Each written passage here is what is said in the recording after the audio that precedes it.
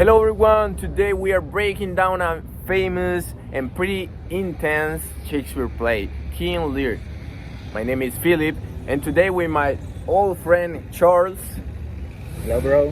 What's who up? teach literature, and my old friend Giovanni who loves theater. We're going to talk about what happens, why it matters, and how it is connected to us. So, sound good, guys? Absolutely, bro. It's a heavy story, but it's super powerful. Yeah, for sure. It's like a family drama which gone horribly wrong. Okay, so let's start simple, guys. So, Charles, what is the main history? Okay, so imagine a really old, powerful king. He's tired of ruling. He decides to retire and split his kingdom among his three adult daughters. But first, he makes them to a weird contest. Tell me how much you love me. Yeah, it's awkward. The older sister, they were saying a lot of bunch of lies to her dad. They were saying things like, "Ah, I love you, dad, more than anything in the world." But obviously, they were such a BS, you know. And then they were just trying to get the power and the wealthy stuff. Okay. But the youngest, Cordelia, is honest. She's like, I love you like a daughter should, but I can make a big show about it. The king, Lear, gets super mad. He feels humiliated. So he cuts her off completely, no money, no land, and he kicks her out of the country. Yikes, that was a bad move. And what about the other sisters?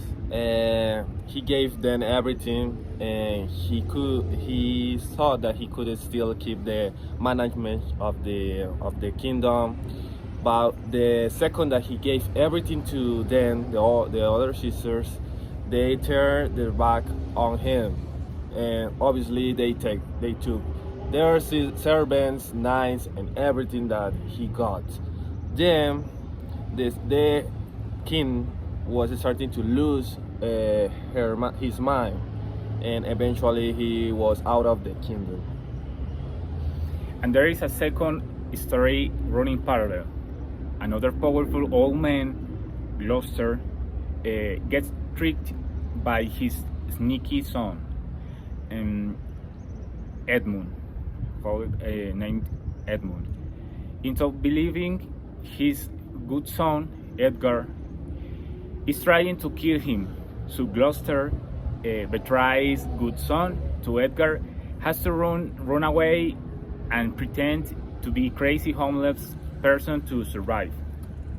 So both dads believe that the lion kids and are the good ones. What happened next? It's really dark. You know, King Lear homeless. He was homeless. He turned into a homeless person. He started to lose her mind. Was really a careless person. Then he, in his madness, he was like light beam of looseness. It was like, oh, I finally understood the stuff. Gloucester is harshly punished for supporting Lear. To the cruel sister and their husbands there out her eyes, completely blinding him. His loyal son Edgar, still hiding his identity, finds him and helps him, even though Gloucester doesn't realize it's his own son. Then that's so harsh. What is the big idea here? What was Shakespeare trying to tell us?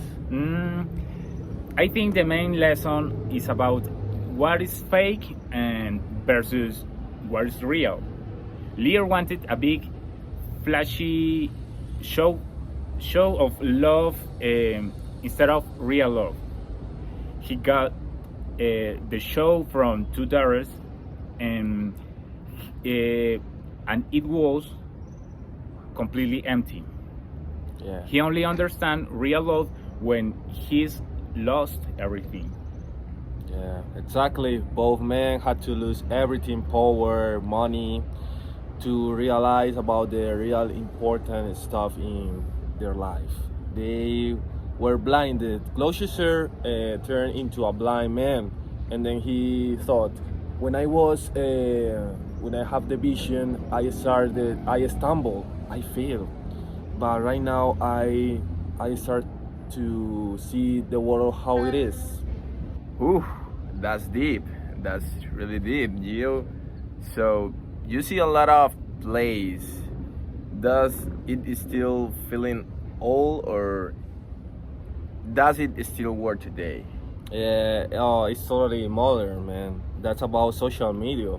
People are posting a lot of stuff like, "Oh, my life is the best. I have everything that I wanted to have," and then, but what's the reality behind those posts? They are really happy, or they are just faking everything? The play is about people who believe the pretty lie and ignore the massive truth and even their own fantasies. Yeah, and the character of Edmund is every office and every government. He's the guy who says the rules don't apply to me. I'll do whatever, whatever it takes to get to the top, and he doesn't care who he hurts, and we see that everywhere. Can we see this in our own lives, families, or communities? Yeah, for sure. Have you seen a family fight over a inheritance, or maybe when parents doesn't like the behavior of or her or his child, like he's not acting, or he or she is not acting like grateful all the time. That's the same energy with Lear's love test. It's about he was testing their daughter, her no his daughters, like it's demanding their love, but it's about building a real, genuine relationship. Yes, or how we treat other people when they are powerful and they are useful.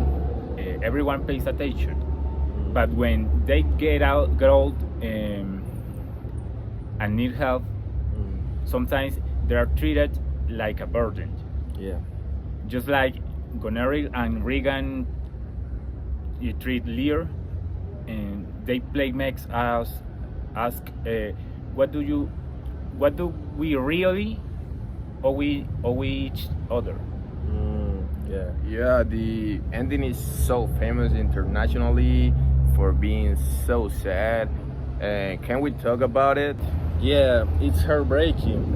Cordelia, the good daughter, she tried to rescue her dad with an army. She goes over there, and the father finally sees her, and he says to her this: "I'm really sorry about the behavior that I have with you, what I did to you." And he says, "Okay." And you said, "Okay, maybe there's a hope in this story." That's interesting, bro. In fact, because of more betrayal and bad decisions, Cordelia ends up being killed. Yeah. In the final scene, Lear carries her body and cries, asking why she had to die when even a fly can live. He's so heartbroken in that he dies from his grief. In the end, almost everyone else is dead too, because of their own selfishness and lies. So it's not a happy ending. Not at all. The few decent people left are just standing in the wreckage, wondering what to do next. In this case, Shakespeare doesn't give us a fairy tale fix.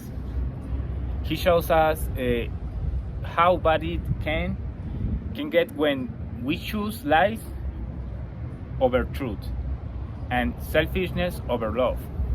Yeah, but that's why it sticks with you. It's like a big warning. It's like Shakespeare shouting across 400 years.